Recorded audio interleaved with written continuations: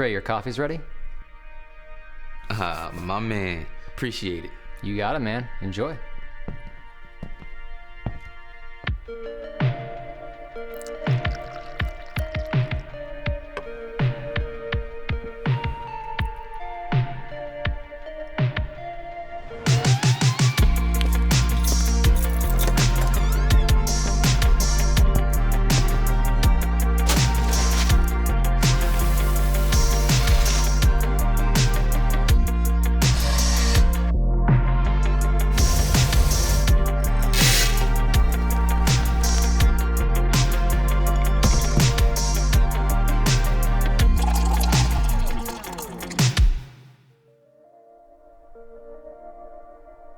Wow. That's incredible.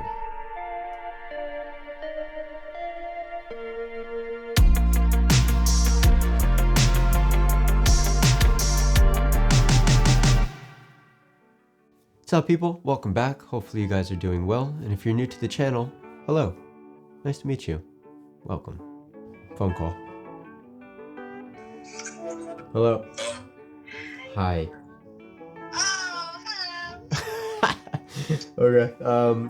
My name is Carlo. I'm a cinematographer from New Jersey. The YouTube content that I produce on a weekly basis includes cinematography breakdowns, lighting, and camera, as well as me going over a bunch of the different practices that I do on a daily basis to make sure that I'm practicing my craft and getting better. So if you find that content to be valuable, please check out a bunch of the other videos that I have in my catalog. If you find this video to be useful, hit the like button, hit subscribe, comment below. I love hearing from you guys and I answer everybody, so please comment below. I DP'd a project for a local coffee spot in New Jersey. So this project is special because my buddy and also someone that I typically work with as a first AC, his name is Charles Thorpe. He is the man, first of all. He's an incredible first AC. Something I like about him is that I never have to worry about the camera or anything. He's just got it covered, you know? He's just the best. But for this particular project, he took the role on as writer and director, and I couldn't be more proud of him because a lot of people say that they're going to direct, a lot of people say they're going to write, a lot of people say they're going to do all of these things, but a lot of times they don't do it. And Charles, I give you major props for actually sticking with it and going all the way through to the end and actually completing this project. So major props to you, and I'm very grateful that you had me on this project as a DP, and I am looking forward to continuing working with you in the future. I also want to give a quick shout out to Juan from Red Pen Media and everyone else that worked on this project. Without any of you guys, this whole thing wouldn't have happened. So Juan, everyone else, the crew, thank you guys so much. Like I say in most videos, hopefully this will not be like 20 minutes long, and I will do my best, I promise. So this project was shot on the Blackmagic Ursa Mini Pro, and it was shot also on the DZO Pictar lenses. So for today, we're going to be going over 3 individual scenes from this commercial and understanding what we did from a cinematography point of view. So for this first scene, the character is pouring his coffee, getting ready to take his first sip. When deciding on the composition for this particular shot, there were a few reasons why we selected this particular angle and position inside of the coffee shop. First reason is the access to the windows. You'll obviously see that the windows produce a lot of natural ambient light. The window also becomes a motivating source for me to add a key light in. Another reason why this composition stands out to me is because we didn't shoot against the flat side of the wall where we only see, say, one window. We shot into the L of the room where you get to see depth and perspective. If you look past his left shoulder, you'll see that there's a coffee machine behind him, and there's another window, and then another window behind it.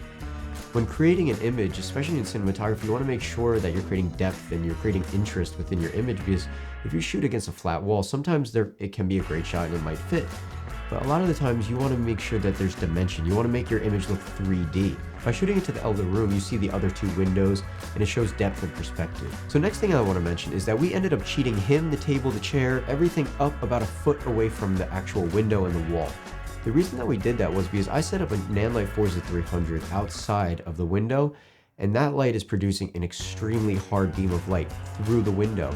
And now if I were to keep him next to the wall at the actual place where the table was, he would be getting hit directly with that hard light, and that really, to me, isn't the vibe that we were going for, and aesthetically it wasn't pleasing. It would be extremely harsh on his face, and he'd be squinting. So what we did was we ended up cheating him up away from the window about a foot or so. So the way that we positioned the light outside, we shot it directly behind him. So shooting it directly behind him creates this kind of interest in the background. You'll see that the coffee machine and the wood table have this kind of light shape to it, and it's not just flat. And you'll also notice on the window there are lines from the blinds. So to help balance the image a little bit more, we added a aperture nova with a 5600 degree Kelvin temperature. The reason why we added that light was because we already had a motivating source, which was the window. So adding that key light just brought up the exposure a little bit more in his face and allowed us to shape the light a little bit more. So if you take a look at his face here, you'll notice that the light goes from contrasty dark and shadowy a little bit softer as you go towards the right of his face and fills in a little bit more. And then on the total right side of his face, there's a nice hard edge light.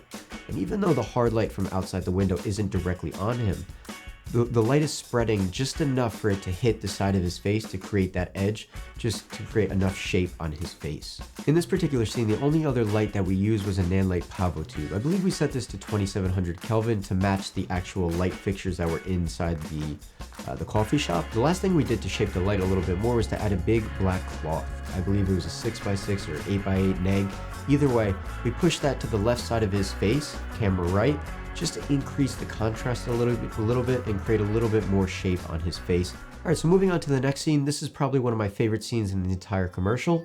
The first thing you'll probably notice is the hard light coming from the window to the left.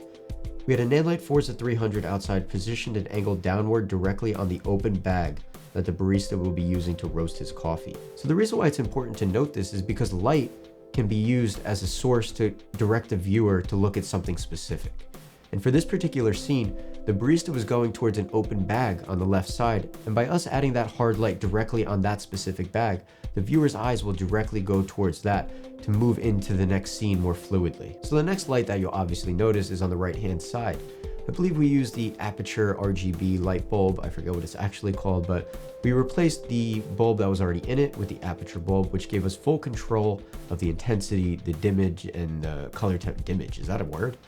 I don't think that's a word, but it's gonna be a word today. And I believe we set it to, again, 2700 Kelvin, just to create another warm tone to it and kind of counterbalance the daylight coming through the windows. Last thing I want to mention for this particular scene is that we used two Nanlite Pavo tubes, one left of camera, one right of camera, just bouncing at the ceiling to increase the ambient light that is inside of the room. So something really cool that happened on this shoot was I had the opportunity to use the Laowa probe lens.